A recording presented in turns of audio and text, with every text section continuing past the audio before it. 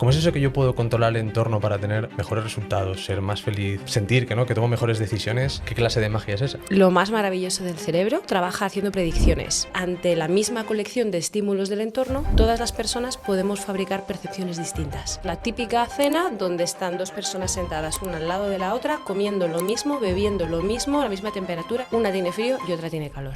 Tenemos que intentar que los espacios favorezcan el bienestar a base de lo estable, la temperatura de confort, y eso realmente aburre al cuerpo. He visto un proyecto que estás trabajando, que has hecho de crear aulas abiertas para niños. Un espacio en el que el aire está limpio quiere decir que tu sangre está más limpia, que tus órganos funcionan mejor y que por extensión tu cerebro va a funcionar mejor. Esto es las Open Air Schools, tener aulas en espacios abiertos para mejorar el rendimiento cognitivo de los estudiantes. El parámetro que más afecta al bienestar es el sonido. Algo que puede afectar mucho al bienestar en nuestro hogar, tener sonidos de la naturaleza. Ostras. Si quieres subir tu productividad, necesitas ser súper estricto con tus descansos. Pero ¿cómo le explicas tú a alguien que la mejor forma de ser productivo es dejar de trabajar para irse a pasear?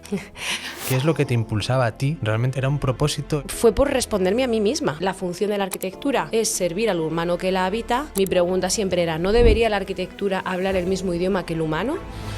O sea, la generación de nuevas neuronas en el cerebro se produce gracias a 5 aspectos ajenos al cuerpo humano, que pueden depender de nosotros, que esto es lo que es una pasada. La dieta, el ejercicio físico, los desafíos, la novedad y el amor. Ana Monviedro, bienvenida a Stoicast. Hola Gonzalo, muchas gracias. Bueno, Ana, eres arquitecta y neuropsicóloga. ¿Qué tendrá que ver una cosa con la otra? ¿No?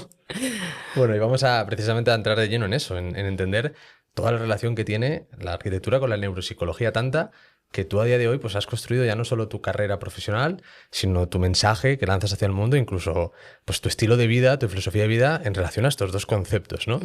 Si te parece bien, Ana, antes de empezar me quiero dirigir a nuestros estoicos y estoicas que están en casa, porque quiero daros una advertencia, y es que ahora que Ana no nos escucha, os tengo que contar algo, y es que yo creo que Ana ha venido a tambalear un poco pues uno de los cimientos principales del estoicismo. Nunca mejor dicho con los cimientos, ¿no? Que es el concepto de la dicotomía de control. Porque Ana me dijo, Gonzalo, tú que vas de estoico, te tengo que decir que se te está quedando algo en el tintero. Y digo, ¿cómo es eso? Dice, bueno, pues que hay algo que está en tu control, pero que a lo mejor no estás poniendo el foco, que no lo estás controlando y evidentemente no estás teniendo todos los resultados que a ti te gustaría, ¿no? Y le dije, pues Ana, que sepas que me has hecho un poco de daño con tus palabras, pero me interesa para el podcast y por eso estamos hoy aquí. Ana, hechas las acusaciones, creo que es el momento de que te defiendas. ¿Cómo es eso de que yo puedo...? O sea, yo te compro que el entorno, pues evidentemente afecta, ¿no? A lo que son nuestros resultados, pero ¿cómo es eso que yo puedo controlar el entorno para tener mejores resultados, ser más feliz, realmente sentir que tomo mejores decisiones? ¿Qué clase de magia es esa? Pues fíjate, voy a empezar contándote lo más maravilloso del cerebro, y es que nuestro cerebro trabaja haciendo predicciones. Se acostumbra a lo que tiene en el entorno y por eso puede ir mejorando y puede ir metiendo información nueva. Entonces, a veces, cuando el espacio en el que estamos no ayuda a, por ejemplo, nuestro trabajo cognitivo, a nuestro pensamiento, no somos conscientes de que es por cómo es el espacio, porque estamos acostumbrados a este. Por ejemplo, hay parámetros invisibles como son el sonido o la temperatura, determinadas texturas que nos acostumbramos a ellas, incluso pueden empeorar y no sabemos que están teniendo un impacto negativo en nosotros. Personas que viven, por ejemplo, cerca de un aeropuerto, que ya no escuchan el ruido de los aviones. No quiere decir que no escuchen el ruido de los aviones, es que lo obvian. Y sin embargo, eso está teniendo una carga cognitiva que puede poner en compromiso otras actividades de nuestra persona. Porque ¿dónde impacta realmente? ¿Es en nuestro cerebro, en nuestros sentidos, en nuestras emociones? ¿Es un poco en todo? Claro, es que realmente impacta, yo cuando hablo impacto es que es procesado por los órganos de nuestro cuerpo, y los órganos de nuestro cuerpo son los que conforman los sentidos. Ya sabes que Aristóteles decía que teníamos 5 sentidos, parece que nos hemos quedado aquí, ¿no?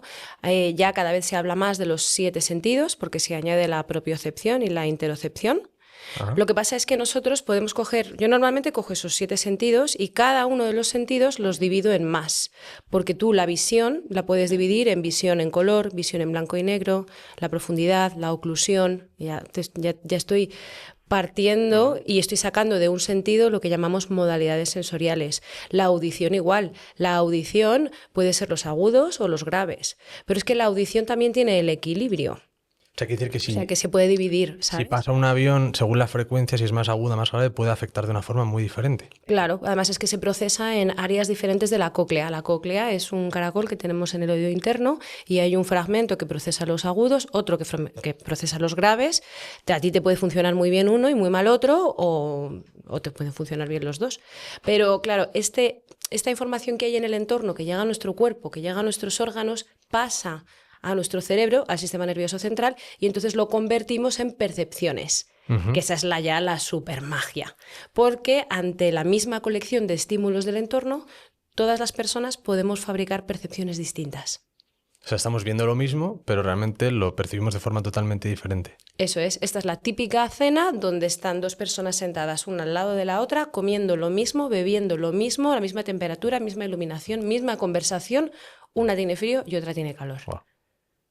Y somos el mismo cuerpo. Tenemos los mismos órganos.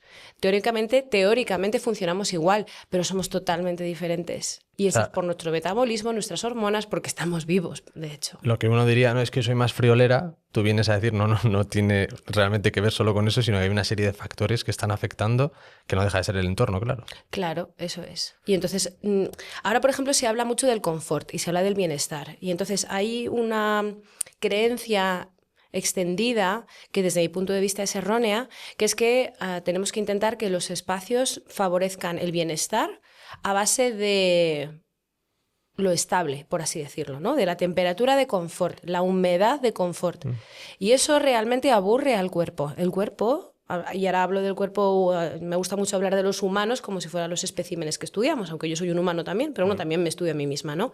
Entonces, lo que sucede es que el cuerpo necesita de pequeños desafíos para poder estar vivo. Es la entropía, al final. Entonces, si no le damos esas posibilidades de modificar su entropía, pues nos convertimos en piedras. ¿Porque qué es la entropía? Bueno, la entropía es la cantidad de energía que tiene un sistema. Ok. Es como de desordenado está un sistema. Una entropía alta, hay mucho desorden, hay mucha energía. Que el universo tiende, ¿no?, al desorden. Eso es. Y el cuerpo tiende bueno, pues a tener este nivel de entropía que lo que hace constantemente es buscar la estabilidad, y esa búsqueda de la estabilidad o de la homeostasis, que esto se puede tratar, estoy pasando muy por encima, ¿vale? Pero tiene muchas escalas. Este esfuerzo en mantener niveles constantes es precisamente la vida. Y romper estas constantes es lo que hace que estemos vivos. Claro, porque aquí estamos hablando de que tú por un lado eres arquitecta. ¿Qué relación tiene todo esto que ver con la arquitectura? Es decir, ¿tú esto es algo que se estudia como tal así en la carrera? No. No. Por eso lo estudié. Claro, en la carrera estudiamos los materiales, estudiamos geometría, estudiamos el espacio desde la perspectiva euclídea. Que es fantástica, en realidad, porque es el mundo que podemos dominar, el mundo tridimensional, los 3 vectores, y de ahí construimos con materiales los espacios. Lo que sucede es que yo desde primero de carrera, creo que también esto tiene que ver porque yo no vengo de familia de arquitectos, ¿no? Vengo de familia de farmacéuticos y del sector de la salud, por así decirlo. Entonces me cuestionaba mucho cuál es la función de la arquitectura, aparte de crear sitios, lugares, casas, hoteles, parques. Tiene que haber una función, y esa función es servir al humano que la habita, porque si no estamos hablando de escultura. Entonces, si la función de la arquitectura es servir al humano que la habita, mi pregunta siempre era, ¿no debería la arquitectura hablar el mismo idioma que el humano? Y el humano no habla, el ser humano, el cuerpo del humano, no habla un idioma euclídeo. Habla un idioma sensorial. Claro, porque un ejemplo que sería un arquitecto haría una ventana porque queda más bonita, y tú desde tu enfoque intentarías que esa ventana que hiciera ¿qué? Que iluminara más, menos... Piensas en la función que va a tener el espacio, claro, pues piensas en la ventilación, en la radiación, que es dónde va a golpear esa luz que entra por esa ventana, si es practicable, si se puede limpiar, o sea, cuáles son todas las funciones que tienen un impacto en la vida de la persona que va a estar junto a esa ventana. ¿Y me puedes poner algún ejemplo? Porque claro, yo he escuchado mucho de, oye, si quieres ser más productivo tienes que tener la mesa organizada, perfecto. Pero realmente cuando hablamos de grandes estructuras como es una casa, como es la iluminación, como es la ventilación, ¿me puedes poner un ejemplo realmente de cómo impacta no sé si es en la productividad o en qué tiene que impactar? Claro, a ver, es que esto es difícil hacerlo de manera genérica, pero voy a intentar ponerte una colección de ejemplos concretos, ¿vale? Que esto de hecho sale en el libro que se publica ahora en mayo con Planeta. Primero que tenemos que ver la casa o la arquitectura, el contenedor de la arquitectura es donde nosotros desarrollamos nuestra vida, ¿vale? Dependiendo de la edad que tengamos, hacemos una serie de actividades u otras. Entonces, a lo mejor la productividad, que es justo por la que me has consultado, claro, la productividad, ¿cuándo nos interesa tener productividad? ¿En los niños de 1 a 3 años? No, ahí no. Su productividad tiene que ser otra, es diferente su productividad, ¿vale? Ahora mismo la productividad que más preocupa es la productividad profesional. Y estoy pensando en espacios de oficinas. Fíjate, para que haya una productividad, el cerebro tiene que estar descansado. Entonces, seguramente lo más, de acuerdo a investigaciones que se han hecho, lo que mejor viene para la productividad es tener espacios de descanso. Pero de descanso no de sentarte así y mirar a las musarañas, sino de hacer un descanso activo con todo el cuerpo. Salirte a dar un paseo por un parque, por un jardín. Entonces, si quieres subir tu productividad, necesitas ser súper estricto con tus descansos. Pero ¿cómo le explicas tú a alguien que la mejor forma de ser productivo es dejar de trabajar para irse a pasear? Bueno, pues precisamente por lo que hablamos de la homeostasis, por el equilibrio. ¿Qué es la homeostasis? Claro, la homeostasis es un concepto que se utiliza, en muchas ciencias, que un sinónimo sería el equilibrio, la búsqueda de equilibrio. Y la alostasis es el desequilibrio, de hecho. Vale. Entonces el cuerpo busca estar en equilibrio. Para que consiga esos desequilibrios hay que darle desequilibrio. Qué bueno. Claro, por ejemplo, cuando estamos muy concentrados, seguro que alguna vez te ha pasado, o a las personas que nos están escuchando seguro que les ha pasado.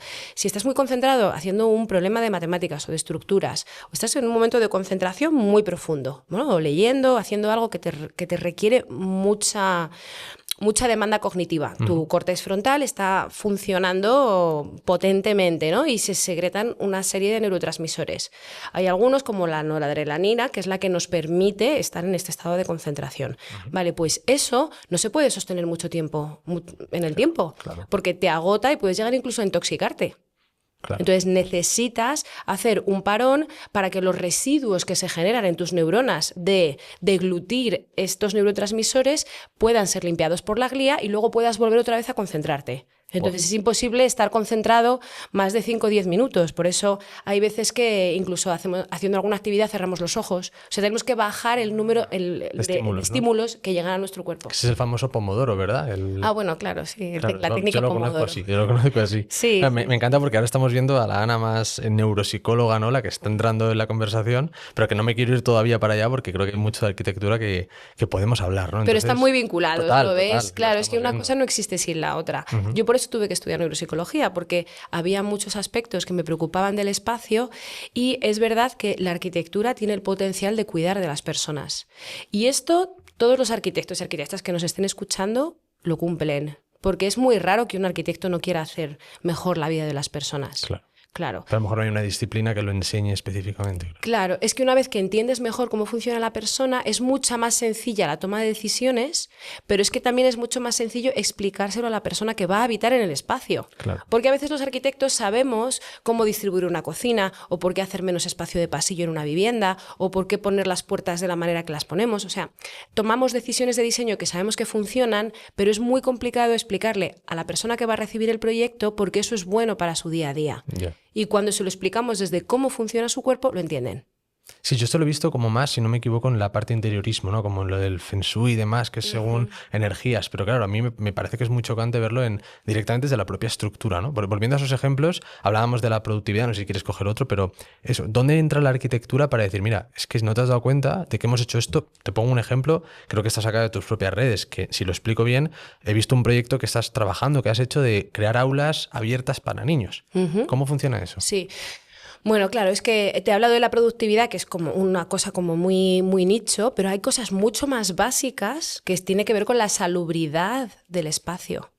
O sea, un espacio en el que el aire está limpio, tampoco hay que hacer un máster en neuropsicología como he hecho yo para darse cuenta de que respirar aire limpio quiere decir que tu sangre está más limpia, que tus órganos funcionan mejor y que por extensión tu cerebro va a funcionar mejor. Entonces, esto es las open air schools, o sea, el tener aulas en espacios públicos, en espacios abiertos, es una oportunidad buenísima para mejorar el rendimiento cognitivo de los estudiantes. Qué bueno. Claro, lo mismo con la utilización o con el uso de la iluminación natural. En países como España, es verdad que en verano la radiación solar es muy fuerte y no se puede estar en el exterior, pero durante el resto del año hay un montón de ciudades en España que podrían tener aulas al aire libre. Me parece increíble. Claro, siempre te puedes abrigar un poco, ponerte una chaqueta y estás al aire libre, y es que el rendimiento cognitivo es mucho más alto. Yo he sido profesora de secundaria y cuando sacaba a mis estudiantes al patio, todos me lo agradecían, incluso verbalmente. Gracias, Ana. Bueno, thank you, porque yo era profesora de inglés, ¿no? Pero... Qué bueno. Entonces te iba a preguntar por eso, que has trabajado mucho con niños, también Sí. no sé si se llama experimento, no sé si se llama así la palabra, pero para que me entiendas, ¿por qué exactamente con los niños? ¿Es un tema tuyo personal o tiene un sentido? Bueno, simplemente para que nuestros escuchantes vean la diferencia, no es que yo haya hecho experimentos, lo que hago son proyectos de investigación-acción. ¿Esto qué quiere decir? Que yo, por ejemplo, estudio investigaciones que se han hecho en países, en el extranjero, en laboratorios, y vemos cómo llevarlos al aula. Y entonces tú coges la experimentación y lo pones en acción en el aula y observas cómo se comportan los estudiantes, y si funciona repites y si no funciona adaptas, y vas haciendo iteraciones hasta que das con una solución que funciona para tu grupo de estudiantes, ¿no? ¿Qué me habías preguntado antes de esto? ¿Por qué los niños específicamente? ¿Por qué los niños? Claro, es que fíjate, lo más alucinante del cerebro humano, bueno, es que hay tantas cosas alucinantes, una cosa muy alucinante es que generamos neuronas durante toda nuestra vida. Simplemente lo que sucede es que el ritmo al que estas neuronas van generándose pues varía, cambia, y cuando pasamos de 30 años pues empieza a decrecer, pero se siguen generando nuevas neuronas. ¿Cuándo se generan más neuronas y más conexiones? Que lo que nos interesa no solo las neuronas, sino que estén conectadas entre ellas. Durante la adolescencia. O sea, durante la infancia y la adolescencia, desde que nacemos hasta los 10, 12, 14 años. Va habiendo podas neuronales, va habiendo, como recortes para hacer que el cerebro sea lo más eficiente posible. Los momentos más críticos es durante la infancia, lo que es educación infantil y educación primaria. Lo que se trabaja durante educación infantil y primaria se queda grabado para siempre. De hecho, gran parte de los traumas vienen de esa época. Entonces, el espacio puede ayudar mucho a que los docentes que trabajamos en infantil, en primaria e incluso en secundaria gestionemos mejor estas transformaciones que hay en el cerebro y por extensión en el cuerpo de nuestros estudiantes. Entonces yo por eso pongo el foco en los procesos de aprendizaje y en estas poblaciones, aunque también en hospitales o ahora también en oficinas, pero sobre todo en infancia y adolescentes. Buenísimo, entiendo. Antes de seguir avanzando, quiero volver un poco a la premisa inicial, ¿no? De que estamos aquí enfrentando un poco a la idea principal, ese pilar principal de los estoicos, de nosotros sabemos, por esa dicotomía de control, que hay que poner foco en lo que está bajo nuestro control, que normalmente que suelen ser nuestros pensamientos, nuestras acciones, nuestros juicios, pero generalmente por la teoría estoica el entorno normalmente no está bajo nuestro control. Entonces me parece fascinante que hoy estemos viendo que realmente sí lo están. Entonces, ¿tú nos puedes lanzar algunos tips, consejos básicos que tanto yo, porque literalmente soy el primero que quiero aprender esto, pero también la gente que nos escucha en casa pueda quedarse con ello y decir, oye, pues mira, ya no sé si es solamente ventilar la habitación como hemos visto, sino cosas tangibles que ellos pueden hacer mañana mismo cuando se enfrenten a un proceso de quiero ser más productivo o quiero tomar una buena decisión, o yo te compro, por supuesto, que sabes que soy amante de pasear, ostras, cuando tienes un problema, pasea, que tienes una buena noticia, pasea, que tienes lo que sea, pasea, ¿no? Entonces, ¿algún tip así que nos puedas dejar antes de pasar a la siguiente sección? Pues mira, creo que hay un tip genérico que vale para todo, que es prestar atención, observar. Observar y luego actuar.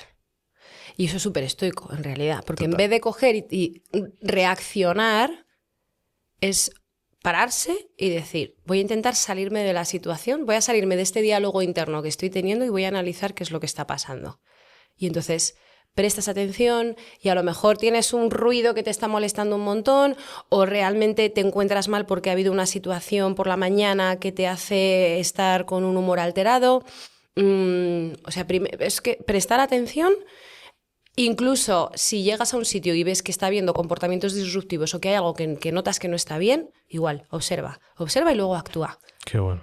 Y entonces, claro, desde la parte que me toca, que tiene que ver con la neuroarquitectura, observa el entorno. Y de hecho, observa del entorno aquello que no es visible. ¿Cómo es eso? Observa, claro, es que yo digo que, porque yo tuve perro unos años y digo, claro, es que los perros ven por la nariz, ¿no? Tienen los ojos en la nariz. Los perros tienen los ojos en la nariz porque tienen tantas neuronas olfativas casi como nosotros en nuestros ojos. Entonces realmente ven con la nariz, porque pueden ver el paso del tiempo, bueno, en fin. Entonces, por ejemplo, presta atención a los olores, a cómo huele un entorno, ¿no? O presta atención a los sonidos, o presta atención a las vibraciones físicas. Yo no trabajo nada... Energía ya. Sí, no trabajo nada que no sea medible y si me interesa algo y no sé medirlo, desarrollo una herramienta para medirlo, ¿no? Que ese es mi trabajo de investigación aplicada. Entonces, prestar atención a aquellas cosas que no podemos ver solo con los ojos es un punto de partida muy bueno para empezar a modificar cosas. Y normalmente, por entender esos parámetros con respecto a... O sea, al final son muchos los sentidos. Me ha gustado que has mencionado que no son solo 5, pero de los 5 que conocemos mundanamente, vista, tal, demás, en cuanto a la luz, en cuanto a olores, en cuanto a el nivel de aire que hay, la temperatura, ¿hay algunos parámetros que digas, oye, pues para estar más cómodo, para sentirte mejor? Porque algunos errores que habrás visto, ¿no? En muchas oficinas que tú entras y dirás, madre mía, ¿cómo tiene esta oficina? Normalmente hay algunos parámetros que tú nos puedas dar de, oye, la luz, por la mañana, por la tarde, ¿hay algún parámetro estándar? Mira, hay una cosa que es súper sencilla y que ya recomiendo a todo el mundo, porque ahora te cuento por qué, que es el tema del sonido, ¿vale? Entonces, aproximadamente entre 60 y 70 decibelios estamos bien. Lo suyo es que no llegar a 70 y estar por debajo de 60. Y de hecho, en los centros educativos con los que trabajo, cultivar una cultura del silencio. O sea, no estar callados, sino aprender a mantener un nivel de ruido o de sonido por debajo siempre de los 70 decibelios. Y eso es tan fácil como instalarte una aplicación en el móvil, que hoy en día todos tenemos móvil, sacarlo y ver cuántos decibelios hay. O sea, no hay, ni es caro y se tiene que empezar por la cultura, porque tú puedes tener un espacio muy ruidoso que por muchas soluciones acústicas que tú pongas, o sea, aunque le inviertas dinero, primero hay que empezar por la cultura del silencio. Sí, te iba a decir, porque vosotros como arquitectos podéis hacer para que la acústica sea buena, pero no hacéis maravillas, claro. Claro, bueno, se pueden hacer maravillas. Bueno, sí existen las cámaras estas de... Claro, hay cámaras anecoicas, pero bueno, sí, y se pueden hacer muchas cosas. Aquí, por ejemplo, tenemos muy buena acústica, pero tenemos una alfombra, tenemos una superficie irregular en las paredes, ¿no? Tenemos un techo acústico, o sea, también la mesa, tener un mantel, la ropa de las personas, la silla también. Todo esto son superficies porosas que absorben el sonido. Entonces el sonido al final son ondas. Y tú una vez que entiendes que todo son ondas, todo en la dimensión en la que estamos por lo menos son ondas, eso puede ser absorbido por los materiales y favorece el buen comportamiento acústico del espacio, ¿vale? Ahora bien, ¿por qué te he dicho la acústica de todos los 33 sentidos que hay? En septiembre estuve en el Congreso Internacional de la Asociación de las Neurociencias para la Arquitectura en San Diego, que estuve presentando el póster de una de mis investigaciones y asistí a las ponencias de compañeros y compañeras de investigación. Bueno, pues con respecto al bienestar y a estos beneficios de los paseos por el bosque, había una persona que había hecho una investigación para ver cuál de todas las modalidades sensoriales afectaba en mayor medida al bienestar, o sea, contribuía en mayor medida a la sensación de bienestar en la persona, porque había algunas personas que decían que era el ver la naturaleza o el sentir la temperatura o cambiar la superficie y ver que hay un desafío y tal y cual. Bueno, pues lo que vio es que el parámetro que más afecta al bienestar es el sonido. Entonces, por ejemplo, algo que puede afectar mucho al bienestar en nuestro hogar, tener sonidos de la naturaleza. Ostras. Más que otros parámetros como a lo mejor pueden ser el caos visual. ¿Por qué? Porque al caos visual nos acostumbramos mucho más. Y luego que caos visual, pues claro, antes me comentabas, ¿no? Que para ser más productivo tener el espacio ordenado. Esto es un poco sensible porque ¿qué es ordenado? Para ti, para mí, claro. Para él, para ella, para la persona que nos está escuchando. Hay personas que quieren tenerlo todo por orden alfabético y los libros por colores y por tamaños y por, bueno, no sé, a lo mejor yo lo tengo por temáticas. Mira, es que el ejemplo de los libros es muy bueno. Yo soy una persona, yo utilizo muchísimos los libros. Y tengo una amiga que es muy buena gestora de bibliotecas y le dije, créame un sistema para yo ordenar mis libros. Y me echó un cable y tal. Da igual, no lo puedo seguir porque estoy todo el día usando libros. Tengo todos los libros mezclados. Pero es que siempre sé dónde están, porque como los uso constantemente, sé en qué estantería, en qué punto y no puedo... Para ti eso es orden. Para mí eso, claro, o sea, yo sé dónde, tengo que saber dónde están porque los gestiono. Me llevaría mucho más tiempo tener que ponerlos en un sitio o en otro porque como los estoy gestionando... Claro, ahora bien, las especias no, yo cocino mucho también, pero las especias necesito que estén por orden alfabético. Ostras. Claro, pues cada uno, ¿sabes? Y es igual de lícito, pues una cosa u otra. Yeah. El tema es que cada persona tiene que encontrar su orden y abrazarlo. Claro. Y no decir, no, es que como Ana tiene las especias por orden alfabético, yo, pues tú a tu cosa. O sea, mientras te facilite la manera de trabajar, ahí es donde llegarás a la productividad. No, claro, al final entiendo que el sonido, como tú dices, es más fácil de medir, de poner unos parámetros y saber si hay un orden o no hay un orden, ¿no? Eso Ana, bueno, yo creo que la gente que está en casa ahora mismo escuchando y viéndonos se da cuenta de que al final eres un cerebro espectacular y me gustaría que te pudieran conocer un poco más. Justo en esa transición en la que tú llegas a arquitectura, como me decías, no te encuentras nada de esto, pero decides estudiarlo. ¿Cómo es esa sensación? ¿Cómo te sentías en el momento? Y sobre todo quiero que me hables de una persona que para ti yo catalogo como si fuera tu Marco Aurelio particular, ¿no? Que es Marianne Diamond. Cuéntanos un poco más sobre ella y lo que te ha inspirado para que hoy estés aquí contando todo esto, claro. Claro, pues fíjate, se juntan varias cosas. Yo terminé la carrera de arquitectura y como tenía un montón de preguntas que no podía responder, fue cuando me puse a estudiar sobre todo neurociencia y percepción y luego ya hice el máster en neuropsicología, ¿no? Mientras estudiaba, es verdad que pues, leía muchas investigaciones y casi todas las investigaciones que leía más punteras eran publicadas por hombres americanos en laboratorios con peso internacional. No sé exactamente cómo fue la primera vez que di con el trabajo de Marianne Diamond, pero resulta que Marianne Diamond es la última autora de 4 o 5 autores de un artículo que habla de los entornos enriquecidos en ratones. Claro, ella era la última autora porque este artículo se publicó en 1961-62 y ella era mujer. Era poco común que hubiera mujeres en academia. Yeah. Precisamente por esa razón, ella, aunque ella era una de las líderes del proyecto, fue puesta en último lugar. Puesto que eran 5 autores, normalmente hasta 3, 4 autores, pero 5 ya son muchos, porque, ¿sabes?, aparecen muchos apellidos en las bases de datos. Entonces su nombre se modificó por et al. Et al, sí, eso lo he visto mucho. Claro, que es como, y compañía, pues cuando tienes más personas del equipo, pues et al. Claro, yo una vez de este artículo que consultaba mucho sobre entornos enriquecidos, pues siempre era pues estos autores, et al, et al, et al. Y un día, pues se ve que encontré otra fuente y esta et al era Marianne Diamond. Y dije, pero esto es una mujer.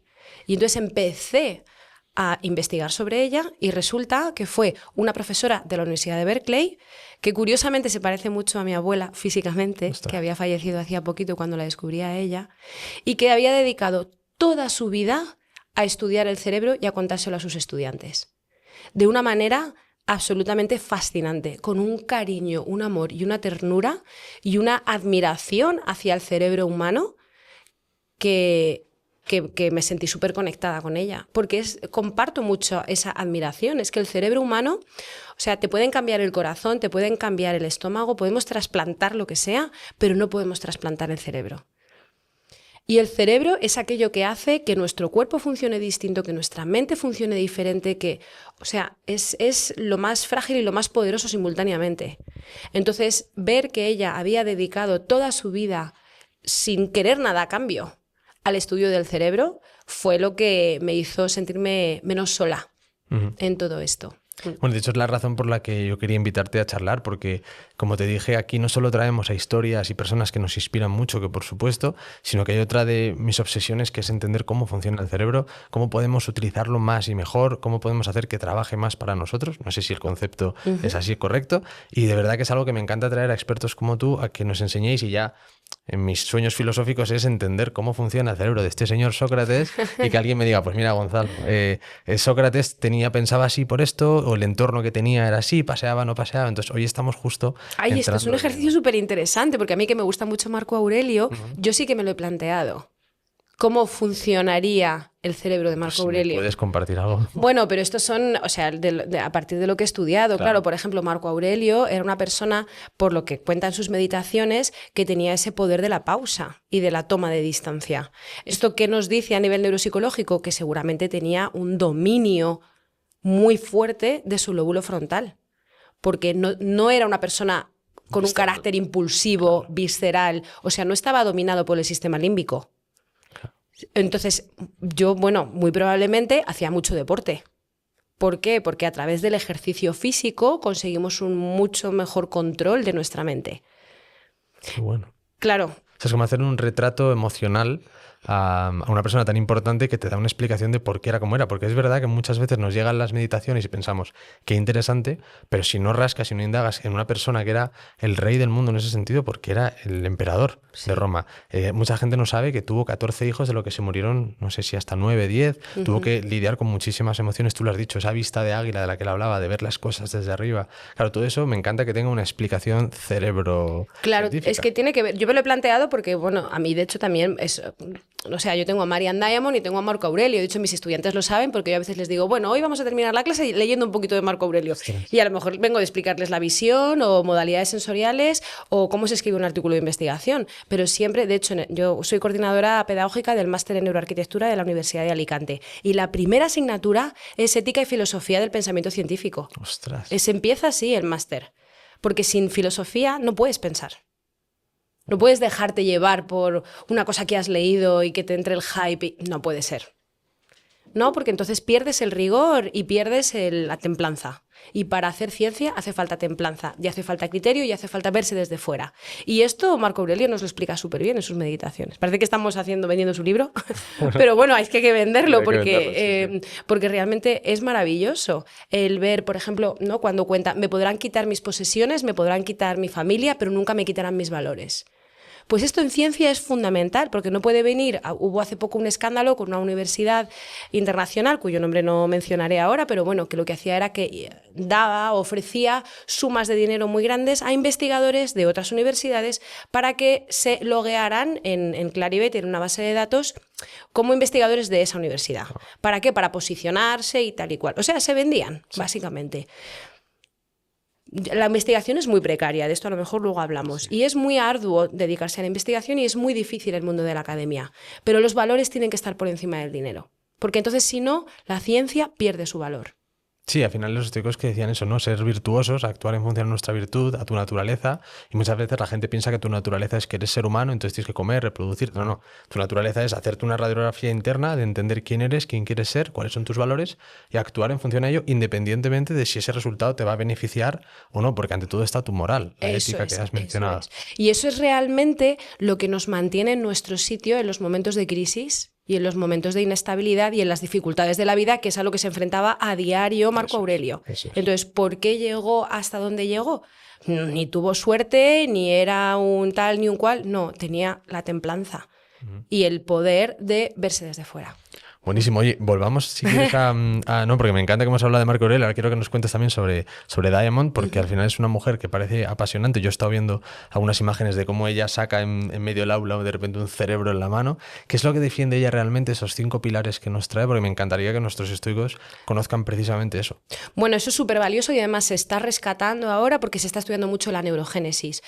Marian Diamond, una de las cosas que descubrió o que dio a conocer con mayor precisión que otros investigadores de su época, es que la neurogénesis, o sea, la generación de nuevas neuronas en el cerebro, se produce gracias a 5 aspectos ajenos al cuerpo humano, ¿no? O sea, el entorno. Sí, que están que encontramos en el entorno o en nuestro modus vivendi. O sea, que pueden depender de nosotros, que esto es lo que es una pasada.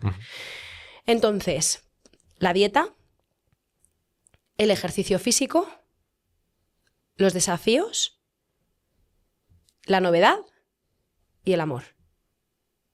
Estos 5 aspectos de nuestra vida que podemos controlar. Porque si yo, si en mi entorno no estoy recibiendo amor, puedo buscar a personas que me den amor. Y de hecho una solución para eso es si tú das amor, recibes, porque al final las personas son espejos, ¿no?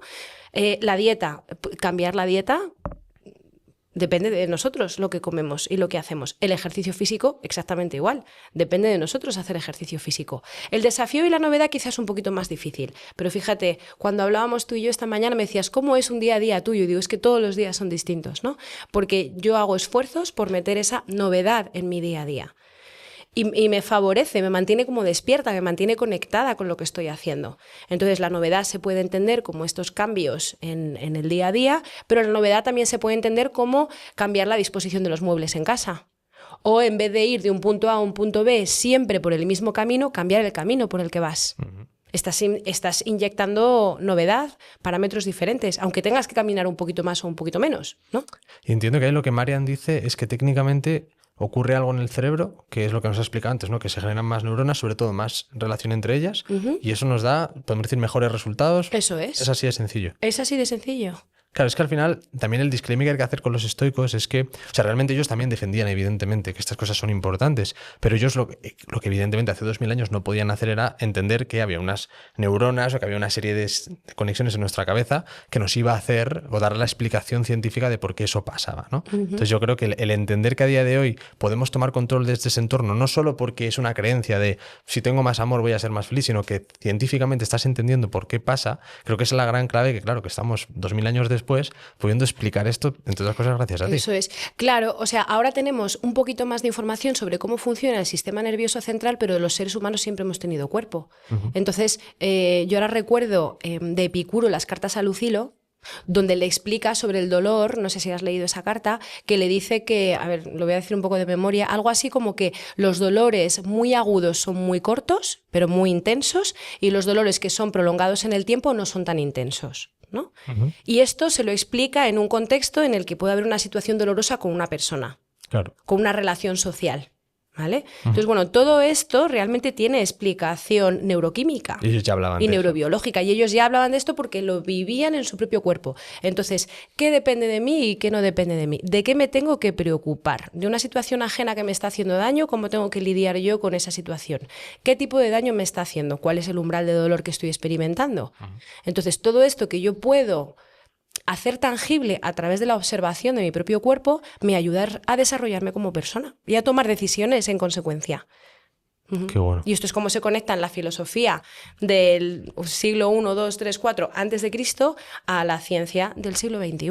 Total, ya te digo que a mí me fascina el poder indagar un poco más. De hecho, te iba a proponer que jugáramos a un juego que solemos hacer de cartas para bajar un poco y relajar y ponernos a filosofar un poquito, que es lo que viene ahora, la segunda parte del podcast, antes de entrar, por supuesto, a conocer un poco más tu historia, Ana. Porque tenemos este juego que solemos hacer con unas cartas en las que ves que tenemos un dado y bueno, vamos a jugar evidentemente con el dado porque creemos que el azar es súper importante, que también tiene que formar parte, y verás que tenemos una calavera en uno de los lados. Simplemente quiere decir que si sale la calavera te toca la pregunta trampa, o llámalo como quieras, que es la que hemos seleccionado desde Stoicas, que consideramos que es la pregunta más importante o el ejercicio más importante al que un ser humano se va a enfrentar. Pero eso está aquí en la caja, así que yo simplemente te permito que lances tú el dado cuando quieras y empezamos a jugar. Vale, a salir la número 6, dejo aquí la carta trampa porque no va a jugar porque no te ha salido. ¡Qué pena! Y a partir de aquí, 1, 2, 3, 4, 5 y 6, la última. Vale, Ana, el ejercicio que te ha tocado, precisamente, y tiene bastante que ver con algo que sé que nos vas a contar ahora, es el de la comunidad. Vale, aquí lo que te dice es, toma pasos activos para intentar mejorar a tu comunidad, ¿no? Sé que es algo que tú estás haciendo de forma, ahora veremos por qué, y además de forma muy innata, que es bueno, pues poner todo esto que sabes al servicio de la comunidad, al servicio de los niños. Pero también me has mencionado, cuando hemos charlado esta mañana, que una de las cosas que más te ha costado es precisamente hacer una comunidad, ¿no?, de investigadores, de personas, no que compartan tu ilusión, porque realmente la compartís. Otra cosa es que el sistema y lo que es cómo funciona luego el mundo laboral y de la investigación os haga posible que podáis realmente uniros y investigar y sacar conclusiones y ayudar, ¿no? Entonces, antes de llegar a esto, quiero que vayamos un poco más hacia atrás y que nos cuente precisamente eso. Mira, te lo voy a poner de esta forma. El otro día estuvimos grabando aquí con Chris, una chica que es psicóloga deportiva, que ha trabajado pues, con la selección española, con el Betis, con grandes equipos y grandes futbolistas. Y hablábamos un poco de eso, de que yo creo que a día de hoy, si tú nos ponemos a hablar tú y yo del fútbol y de los futbolistas, sabemos perfectamente por lo que han pasado esos chavales hasta llegar a la élite.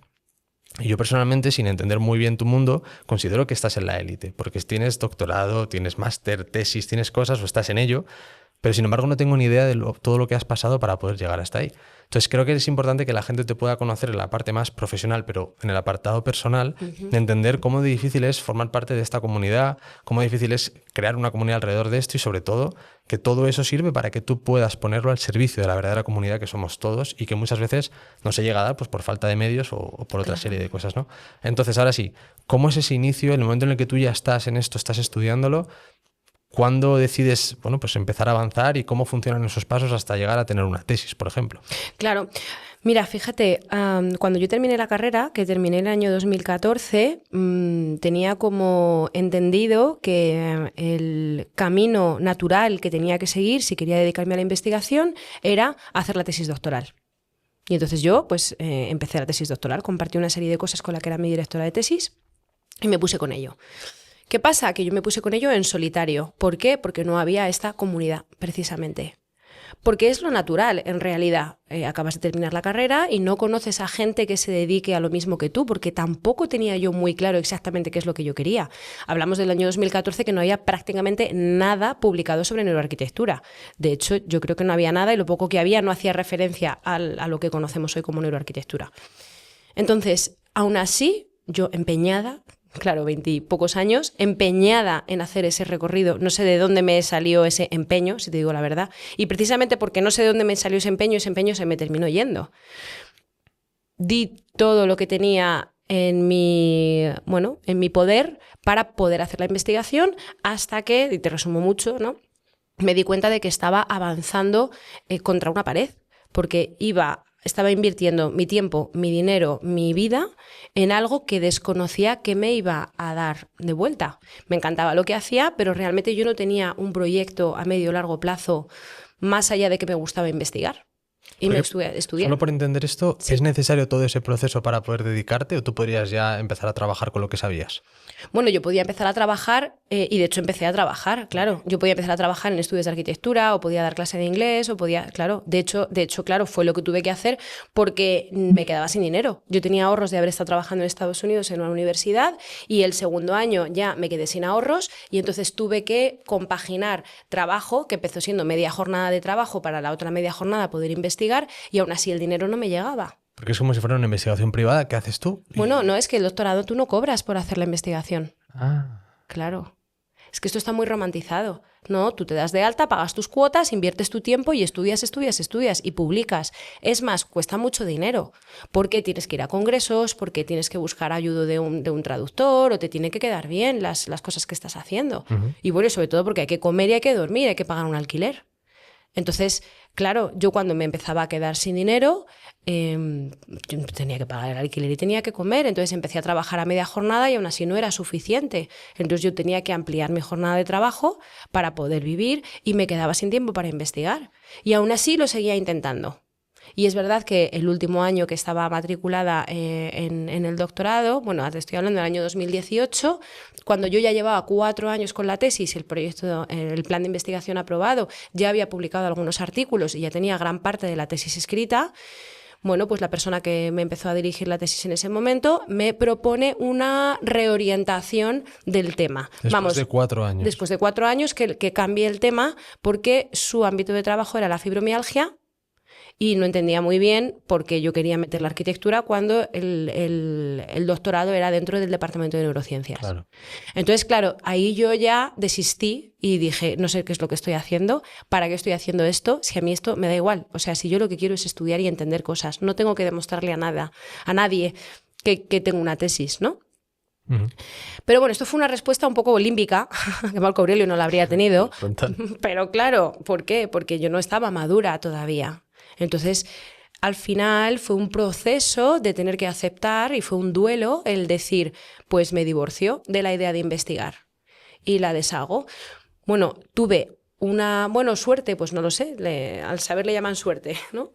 No sé cómo es el dicho. Tuve pues una oportunidad muy bonita que me dio la persona que entonces era el director de la Fundación Edelvives, Juan Pedro Castellanos, que desde aquí le agradezco mucho a Juan Pedro la oportunidad. Él me vio en una conferencia en el Museo Reina Sofía y me dijo que con lo que yo había contado quería publicarme un libro. Y yo justo en ese momento, que de hecho estaba embarazada de 4 meses de mi primer hijo, había decidido dejar la tesis. Y yo le dije, pero es que Juan Pedro, yo dejo la tesis. Claro. O sea, yo no tengo nada que contar, no tengo nada que publicar. Y él me dijo, no, Ana, tú sí, yo te he escuchado y todo lo que tú quieras. Y me dijo, te doy carta blanca. Escribe lo que quieras. El título, los contenidos, las ilustraciones, lo que necesites. Y lo que necesites te lo vamos a dar. Y entonces yo no me lo podía creer, también te lo digo, y de hecho dije, bueno, esto me lo ha ofrecido, pero a los 2 o 3 días me escribió su secretaria y me dijo, Ana, ponle fecha al libro que te ha encargado Juan Pedro. Y dije, ¿cómo? Y entonces escribí el primer libro, Neuroarquitectura, aprendiendo a través del espacio, que yo le llamo el libro azul, porque tiene la portada azul, y te lo prometo que yo estaba convencida de que iba a ser el único libro que iba a escribir sobre esto. Y con eso yo ya me quedé satisfecha. Evidentemente hubo muchas cosas que no cupieron en ese libro porque yo cogí todo el material de la tesis. Claro, son 4 años o más. Claro. Y hay muchísimo material. De hecho, me han salido 2 libros y el que sale ahora con Planeta tiene todavía cosas que yo tenía hechas para la tesis, investigaciones, o sea, cuestionarios, borradores, cosas que no he publicado en revistas de investigación, pero que para a nivel usuario están fenomenal. No hace falta el método científico para absolutamente todo. Claro, porque entiendo que golpes como este, ¿no? De que ya una persona viene y de repente te impulsa después de tantos años, cuando estás a punto de abandonar o ya habías abandonado, existen, ¿no? Pero al final mi pregunta es, ¿cuál era el motor que a ti te movía durante tantos años, sabiendo que podías y ya estabas técnicamente trabajando? ¿Por qué no decir, oye, pues voy a seguir el camino normal? Ya bastante raro era el camino, ¿no? Decir, mezclo una cosa con otra, que ni siquiera la persona de neurociencia estaba entendiendo por qué lo mezclabas con la arquitectura. ¿Qué es lo que te impulsaba a ti? ¿Realmente era un propósito? ¿Era el, oye, yo he nacido para esto? ¿O simplemente era, me interesa y lo quiero? Fíjate, yo creo que sentía una profunda insatisfacción por la arquitectura y luego me desesperó mucho que yo tenía dudas y hacía consultas a mis profesores y no me podían responder. Y cuando ya empecé a hacer búsquedas en inglés o cuando estuve trabajando en Nueva York, en la Universidad de Colgate, y tuve oportunidad de hablar con profesores de departamentos de neurociencias y les hacía las consultas y tampoco me las podían responder, dije, es que esto no lo ha mirado nadie. O sea, ¿realmente nadie puede responder a esto? No lo puedo soportar. Entonces fue por responderme a mí misma. O sea, son dudas que a mí me han surgido y lo que hago es que me las respondo. Por eso me gusta tanto compartirlo. Por eso di una conferencia hace unos años en la Universidad de Barcelona y preparando la conferencia yo decía, claro, es que quieren que hable del espacio como el tercer profesor. ¿Y por qué el espacio es el tercer profesor? ¿Y por qué? Y yo todo el rato decía, ¿pero por qué? Tiene que haber una razón. Es que soy doña ¿por qué? O sea, ya, ¿pero por qué? ¿No? ¿Cuál es la razón? ¿Qué me lo explica? Y mi respuesta siempre está en estudiando el cerebro. Entonces, ¿por qué el espacio es el tercer profesor? Porque el espacio es una extensión del cuerpo. Ya ves. Ya está. Y entonces ya me quedo tranquila y ya voy a la siguiente pregunta. Y entonces esto me va a durar toda la vida porque es inherente a mi personalidad. Lo único que, claro, para que esto no se apodere de mí y yo viva en ansiedad o en desilusión o en desidia, necesito la filosofía para mantenerme en mi lugar. Claro, porque a nivel personal, ¿qué es lo que te genera esa ansiedad, esa desidia? Es decir, ¿por qué te refugias en esta disciplina? Uh-huh. ¿Qué es de lo que huyes, digamos? O sea, ¿por qué has descubierto que tienes sino ansiedad y tienes desidia? Yo creo que huyo de la monotonía. Es que me gusta mucho avanzar en el tiempo. Al final, el ser humano siempre cometemos los mismos errores, ¿no? Igual, ¿y por qué cometemos los mismos errores? Bueno, pues también, ¿no? Y al final hay algo que me parece muy bonito y es que estamos construyendo un mundo que luego se va a quedar aquí para las personas que bueno, pues que acaban de nacer o que están. Y un ser humano puede dejar impronta y puede hacer algo constructivo para el resto. Y esto lo vinculo un poco con la carta, con el tema de la comunidad. Si todo lo que yo estudio no lo comparto, ¿para qué lo estudio? Por eso me hice la cuenta en Twitter en el año 2009 y yo seguía publicando con estas cosas. Nadie ni me retuiteaba ni nada y a nadie le interesaba, pero a mí me daba absolutamente igual porque yo decía, bueno, si algún día alguien tiene la duda, una persona, con que una persona tenga esta duda y yo se la haya respondido, no sentirá la desazón que sentí yo cuando nadie me respondió. Total. Entonces es un servicio a la comunidad, porque a mí también a veces me pasa que tengo una duda y cuando tengo una duda, pues no sé, hace no mucho, digo, quiero entender bien cómo funcionan los logaritmos. Y entonces cogí a una persona y le dije, quiero que me expliques, que se quedó boquiabierto, me dice, ¿cómo? Digo, sí, explícame cómo funciona un logaritmo, quiero saberlo. Y me lo explicó. Y el agradecimiento que yo siento hacia esa persona es tan grande que da sentido a que yo sea un ser humano. Claro. ¿Sabes? Porque si no, soy cualquier otro tipo de ser vivo. Pues Ana, precisamente te queremos entregar para que te lleves esta carta contigo, para que te acuerdes de nosotros, para que la recuerdes cada vez que a lo mejor se te han valido un poco más que el día a día al final es duro, o para que a lo mejor estés con un alumno o algo similar, alguien al que estés mentorizando y que sepas que va a hacer un servicio a la comunidad, pues que a lo mejor se la regales, lo que quieras, simplemente para que te acuerdes de nosotros, ¿vale? Buenísima. Me alegro que te guste, Ana. Mira, ¿qué te parece si también utilizamos el libro que tenemos de Pacto Estoico? Que yo creo que puede salir un ejercicio bastante guay, te agradezco que me lo pases. Ya sabes, este libro, el libro del Pacto Estoico, lo que tenemos es 365 días en los que puedes reflexionar día a día sobre, oye, pues el estoicismo, lo que estamos hablando aquí, ¿no? Pero yo quiero que hagamos un ejercicio que yo le llamo estoicismo en directo, que es sin trampa ni cartón. Vamos a abrir aleatoriamente una página y nos vamos a enfrentar a una frase. Esto de que vamos a ver qué relación tiene con todo esto que estamos hablando. ¿Te parece? Venga, vamos. Genial. Bueno, con los ojos cerrados. Vale, pues mira, tenemos dos, una de Marco Aurelio y otra de Séneca. No sé cuál te apetece más. Pues me gustan los dos por igual, así que te dejo que elijas. Vamos a por la de Séneca. Venga. No basta con no hacer daño, debemos hacer el bien. Ojo, qué interesante con esto que estamos hablando. No sé si te quieres animar tú o quieres que le dé yo. No basta con no hacer daño, debemos hacer el bien. Claro, bueno, ¿qué es el bien? ¿Qué es hacer daño? Pero bueno, si quieres empieza tú. Muy buena, muy buena. No, yo en relación a lo que tú estás hablando creo que, sobre todo pensando en la parte de la historia tuya personal, ¿Sí? llega un punto en el que para ti tu no hacer el daño es, oye, yo voy a seguir el camino que más o menos está marcado, voy a hacer lo correcto dentro de mi disciplina, pero no me voy a meter tan de lleno. Y creo que hacer el bien ese es el concepto que nos intenta transmitir Séneca, que no vale solamente con, oye, yo estoy haciendo lo mío, a mí me han enseñado esto, esta pregunta no se puede responder, ahí la dejo. No hacer el daño, no. Yo quiero hacer el bien, que es darle respuesta a esa pregunta. A mí es lo que me ha inspirado un poco la frase en función a lo que estamos hablando, claro. Vale, pues fíjate cómo yo la Interpreta. enmarco o interpreto, ¿no? Claro, realmente a través de la arquitectura tenemos la oportunidad de hacer el bien. De hecho, yo siempre digo que el compromiso ético de la arquitectura es velar por la salud emocional de los habitantes. Entonces, por eso te decía, ¿pero qué es hacer daño? ¿Qué es hacer el bien? Porque hay personas que, como desconocen que la disposición de los elementos del espacio puede llegar a ser perjudicial para las personas, ¿están haciendo daño a propósito? No. Pero no tienen la información para saber cómo facilitar hacer el bien a través del espacio. Sí, eso que dicen de Claro. que no juzgues a la maldad lo que puedes explicar con la incoherencia o la inconsciencia, pero realmente el daño está ahí. O sea, Y el daño está ahí, claro. Entonces, creo que es importante tener acceso a información sobre cómo hacer el bien a través de múltiples disciplinas, por supuesto, ¿sabes? Sí, de hecho ahí, volviendo a la frase, creo que los estoicos lo que intentan enseñarnos es eso, que no vale simplemente con ser un ser social más, que aprendes las reglas de la sociedad y las aplicas y, oye, pues aquí la gente hace esto, yo no hago mal. Es como, no, hazte el ejercicio de entenderte, de saber qué es lo que está pasando, qué acción estás haciendo, qué juicios estás teniendo y qué repercusión está teniendo esto en los demás, para que de esa forma puedas certificar que estás haciendo el bien o a lo mejor la intención, volvemos a lo de antes, que no es una incoherencia o inconsciencia, sino que conscientemente estás intentando hacer el bien, pues porque has pasado por esa sabiduría, por ese coraje de atreverte al proceso, como creo que además no lo hemos mencionado, pero creo que las 4 virtudes estoicas encajan a la perfección con el proceso que tú pasaste, ¿no? De sabiduría ya ni te hablo, es verdad que ellos justamente hablan sabiduría práctica, es decir, que no vale solamente de leer libros y hacer tesis, sino cómo se lleva esto a la práctica para que yo luego pueda ser más sabio o en este caso actuar en función a mi virtud, ¿no? Pero tienes la templanza en todo ese proceso de, yo me imagino después de 4 años que te digan, oye, que no me parece interesante o que no entiendo por qué haces esto, haz esto que te digo yo. Bueno, pues hay que tener esa templanza para no... Coraje, evidentemente, todo el proceso que has tenido que hacer o el tener que trabajar y hacer una serie de procesos para darle sentido a algo que nadie te está aplaudiendo por detrás, ni que nadie te está dando ningún tipo de premio.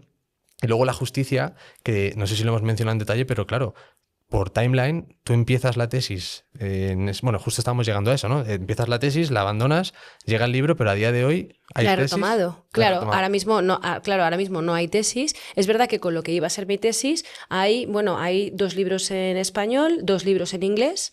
Y ahora está a punto de salir el 3er libro en español. Claro. Y entonces he retomado la tesis. Claro, ahora he retomado la tesis ya con un esquema súper claro, súper directo, que cuando tuve la reunión con la secretaria del departamento, ¿no?, de la tesis doctoral, me dijo, pero ¿cómo lo tienes todo tan ordenado? Digo, hombre, es que ya ahora no vengo a jugar a nada.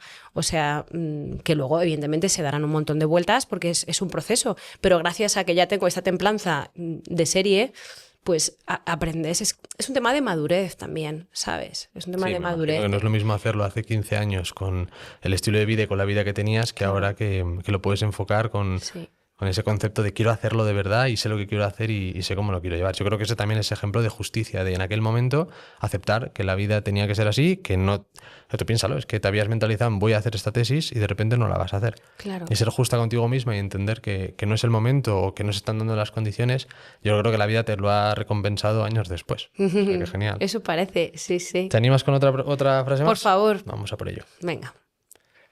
Tenemos una de Epicteto y esta que, bueno, que es un código QR para Pues que la de vamos a por Epicteto. Epicteto. La verdadera libertad no es hacer lo que quieres, sino querer lo que haces con integridad. Bueno, La hemos dicho ya, yo creo, ¿no? claro, totalmente. Es que, y esto es súper importante, porque cuando estás conectado con el propósito interno, esa es la libertad. Cuando has descubierto qué es aquello que te hace vibrar, o sea, qué es aquello que, ¿cuál es tu elemento? Que Kevin Robinson habla de element, ¿no? De cómo, y esa es la creatividad, de hecho, como cuando tú te encuentras en tu elemento, ahí puedes explayarte todo lo que quieras. Y a mí es lo que me pasa con el trabajo que tengo, con la neuroarquitectura, ¿no? Con la neurociencia aplicada a la arquitectura, que no dejo de ver conexiones y caminos y vías y las abro y las doy y las ofrezco. Y utilizo hipótesis de investigación de personas que publicaron hace 10, 15, 20 años, las trabajo, las modifico, las mejoro y las paso a mis estudiantes para que investiguen sobre ellas. Entonces, abrir puertas es ese ejercicio de la libertad que no hay que hacerlo, o creo que lo sano es no hacerlo por lo que te va a ser devuelto. Cuando no esperas nada a cambio, te llega todo. Claro, yo creo también que el problema que puede tener alguien en casa que lo escucha esa frase es que dice, claro, hacerlo, querer lo que hago, o sea, es como lo relacionan mucho con el trabajo y hay mucha gente que claro, que no entiende, o sea, que no entienden que a ti y a mí nos encante nuestro trabajo, ¿sabes? Y yo creo que tampoco es un tema de suerte o no es un tema de ser un cenutrio y estar todo el día buscando, sino que es un punto medio entre entender a lo que te estás enfrentando, pero también haber hecho ese trabajo previo, ¿no? Los filósofos hablaban de Gnosis of Thon, que es ese conócete a ti mismo, que es un concepto que viene a darte esa respuesta de que no hay... Bueno, es una movida, una fricada que yo conozco y que me encanta y que mucha gente conocerá del templo de Apolo en Delfos, bueno, una movida, pero que te hablaba de eso. De hecho, animo a la gente en casa que haga doble clic en esto y que investigue lo del templo de Apolo, que la gente iba a preguntarle a los dioses, ¿no? Oye, esto me va a salir bien, me va a salir mal. Entonces, en el letrero lo que te venían a responder siempre es, conócete a ti mismo. Si es que tú tienes la respuesta Tienes dentro. la respuesta, pero para eso hay que querer conocerse. Claro, hay que atreverse. Hay que atreverse porque da mucho miedo. Da mucho miedo. Y de hecho, todo lo que hemos hablado del momento en el que yo dejé la tesis fue un momento de mucho miedo. Claro. Porque fue decir, tengo que yo tirar mis propios cimientos y volver a construirme desde cero. Y muchas veces, además, como que relacionamos la decisión con, no, claro, es que me han dicho esto, es que tal, pero tú realmente estás tomando tú la decisión. Sí. Porque otros habrían pasado por el aro y cambian la tesis y no pasa nada. Entonces, el darte cuenta de que tú estás tomando una decisión y te tienes que enfrentar a yo porque estoy tomando esta decisión es lo que da pánico, porque eres el último responsable. Pero es gracias a la moral y a los valores, el decir, no voy a cambiar la temática porque esto es lo que quiero hacer. Y prefiero no hacerlo a hacer otra cosa. Claro. Y prefiero tirar mis propios cimientos, ya veré dónde me voy, y empezar a construir de cero otra cosa cuando sea.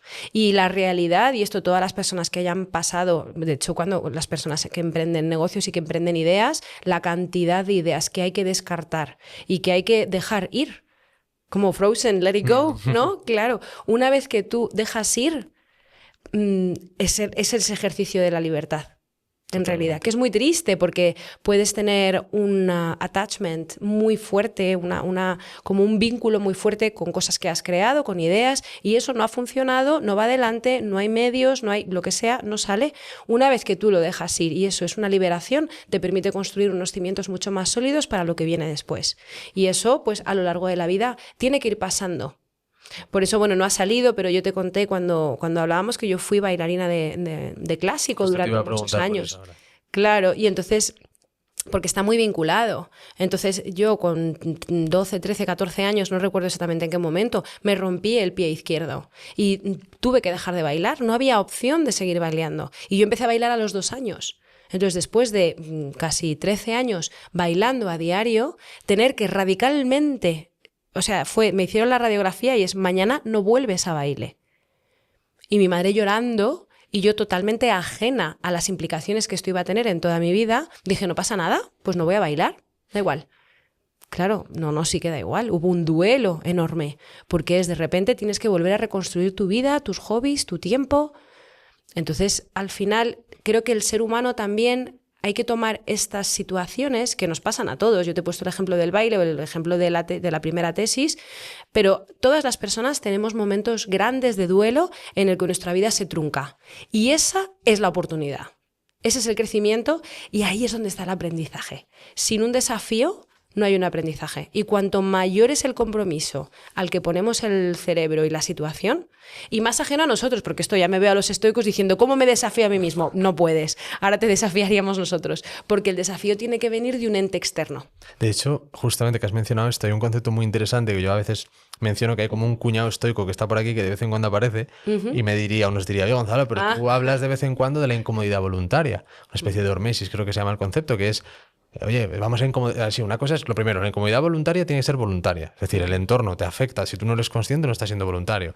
La ruptura del pie, cualquier problema con la tesis, no está siendo voluntario. Entonces, está bien, y los estoicos defienden la incomodidad voluntaria de forma temporal porque te ayuda a aprender y sobre todo a valorar cuando las cosas están bien. Pero que la gente muchas veces piensa que el estoico es el que, wow, cuanto peor vayan las cosas, cuanto peor esté el entorno, yo ahora me voy a cerrar las cortinas y que no haya luz y que no haya tal. Dios, no. Al final eso no está siendo más estoico. Está bien que lo pruebes, decía Séneca, decía, oye, haz una vida frugal, hoy simplemente actúa como si fueras una persona totalmente pobre. Yo que sé, trabaja en un entorno asqueroso, pero para que mañana puedas valorar lo que tienes. Eso es. Esos son los pequeños desafíos a los que hacía referencia Marianne Diamond, el challenge. Qué bueno. Claro, por eso viene muy bien pues terminar con una ducha de agua fría. ¿Por qué viene bien terminar con una ducha de agua fría? Porque luego se secreta un montón de serotonina. Luego el cuerpo te premia con bienestar. Y lo de la ducha se nota. Si lo haces, duele, pica. Son unos segundos. Pero después tienes un beneficio que te dura prácticamente todo el día. Es el concepto de la hormesis, ¿no? No sé si lo conoces. No lo conozco como tal, ¿cómo es? Pues es muy interesante porque lo acabas de definir, que es, bueno, técnicamente o no técnicamente, pero como yo le sé la explicación es que, te lo voy a poner como muy fábula, los emperadores de la época tenían mucho miedo a ser envenenados. Entonces lo que le pedían era a sus doctores que les envenenaran un poquito cada día. No deja de ser un concepto como una vacuna, ¿no? Que es, te inyecto un poco de veneno, que es algo negativo, pero como es una dosis muy pequeña, no te va a matar. Entonces la hormesis lo que defiende es que hay ciertas cosas que en cantidades justas no solo no te matan, sino que te refuerzan a largo plazo. Que es un poco lo que te has dicho. Una ducha de agua fría no es meterte a menos 5 grados durante toda una noche, porque te mueres, ¿no? De hipotermia. Pero sí puedes trabajar esa ducha que te va a generar a largo plazo esa serotonina que estás mencionando. Eso es. Pero luego está también el experimento de la rana. No sé si lo sabes. Muy interesante. Vas cambiando la temperatura. Si tú tienes una olla y metes una rana y la temperatura está primero, el agua está a temperatura ambiente, pero si yo lo caliento a fuego lento, la rana puede llegar a morir porque no va percibiendo el aumento de temperatura del agua y termina cocinándose. Entonces, esto se estudia mucho en neuroarquitectura. Aquellos parámetros negativos del entorno, por ejemplo, una mala calidad del aire. O sea, no es lo mismo exponerte a mala calidad del aire durante un día que estar permanentemente expuesto a una mala calidad del aire. Claro. O sea, ¿a quién le afecta el tabaco? Pues a la persona que todos los días se fuma X cigarrillos durante mucho tiempo sostenido, ¿no? O sea, sostenido en el tiempo. No una persona que se atiborra un día tabaco. Claro, pues es muy interesante. Es verdad que lo estabas contando el experimento y me parece súper interesante, pero no terminaba de ver la relación con la arquitectura o con el entorno, pero al final es clave. Claro, porque estamos expuestos a parámetros del entorno, entonces, y estamos constantemente expuestos. Y nuestro cuerpo los termina obviando, así es como hemos empezado, claro. Entonces, ¿a qué me he acostumbrado yo que he obviado que me está haciendo daño? Eso es, volvemos a la observación, a lo que tú nos decías, ¿no? A la observación. Pues precisamente, Ana, cuando has mencionado lo de, bueno, hemos puesto varios ejemplos, ¿no? Pero tú empiezas una tesis y de repente acaba antes de lo que tú esperabas o de la forma en la que tú no esperabas. Empiezas siendo muy niña algo como el ballet y de repente se acaba con una ruptura. O sea, al final son cosas que, como dices tú, están en la vida y son esos shocks que nos van haciendo ver. Y eso es lo que los estoicos precisamente llamaban memento mori. Que muchas veces, y es verdad que por el tipo de perfiles que a veces traemos, lo relacionamos directamente con la muerte, que es el recuerda que eres mortal, recuerda que te puedes morir en cualquier momento, que por supuesto, pero también la vida está llena de estos mementos mori, de recuerda que todo es mortal. Recuerda que esto que te hace tanta ilusión se va a acabar, que tu vida se va a acabar, que tu pareja se puede acabar. Al final, son esos ejemplos de memento mori, ¿no? Entonces, precisamente nosotros os invitamos siempre a formar parte de nuestro memento mori particular, que es memento mori que tenemos en Estoicas, que esto es un cuadro que también van a poder descargar las personas que nos ven en casa, que está adaptado, este caso está adaptado para nosotros, pero el memento mori realmente lo que te da es una visión total de tu vida en semanas. Es decir, esto en el que se puede descargar en casa, tienes las semanas que tiene un año por 80 años, ¿no?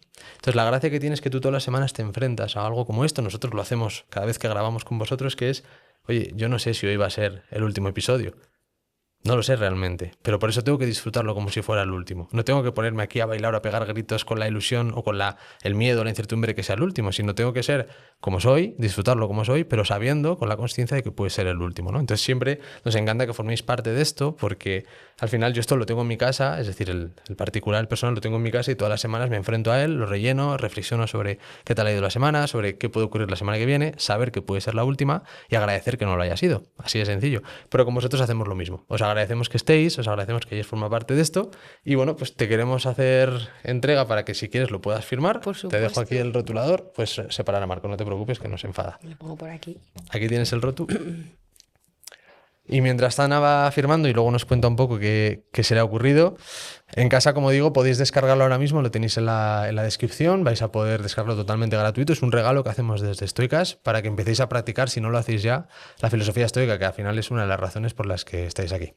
Así que, Ana, cuéntanos, antes de marcharnos, ¿qué es lo que has dibujado? Bueno, hemos hablado, creo que ha habido como un leitmotiv central que tiene que ver con la observación. Observación. Y hemos hablado de los sentidos también, así que te he dibujado un ojo, Qué bueno.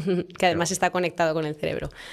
Pues Ana, muchísimas gracias por haber formado parte pues, de Stoicast, de este episodio tan interesante. Creo que ha sido una charla que ha cumplido con lo que prometía al principio, que era difícil, que era realmente, bueno, pues hacer tambalear, que siempre creo que es un ejercicio bonito, ¿no? El no aferrarse a unos valores, que hay mucha gente que dice, oye, esta persona viene a decirme que mi filosofía de vida o que mi partido político o que mi equipo de fútbol está equivocado, no lo quiero escuchar. No, aquí lo que nos gusta es traer las verdades encima de la mesa, aunque a veces nos puedan hacer daño. En este caso yo he estado súper cómodo charlando contigo, hemos podido aprender desde el enfoque de la arquitectura, desde la neuropsicología, hemos visto... Pues eso, yo ahora estoy ya nervioso por el calor, por la luz, por tal, pero por otro lado he visto que realmente eso es lo positivo, que está mucho más en mi control de lo que yo pensaba y que eso me va a permitir, si puedo incluso un poquito más, pues seguir siendo más productivo, más feliz y por supuesto, como hemos dicho en casa, vamos, pasear lo primero de todo, eso seguro, porque es lo que hay que hacer, pero al final el entorno no deja de ser también no solo lo que pasa en la caja en la que estamos, sino lo que hay fuera que también está por descubrir. Así que Ana, muchísimas gracias por haber formado parte de Stoicast. Gracias a ti y gracias por la carta que me la llevo con la comunidad, que es algo muy, muy importante y que da mucho sentido al trabajo que hago. O sea que gracias Gonzalo y gracias a todos por escucharnos. Gracias a ti por el servicio que haces. Muchas gracias.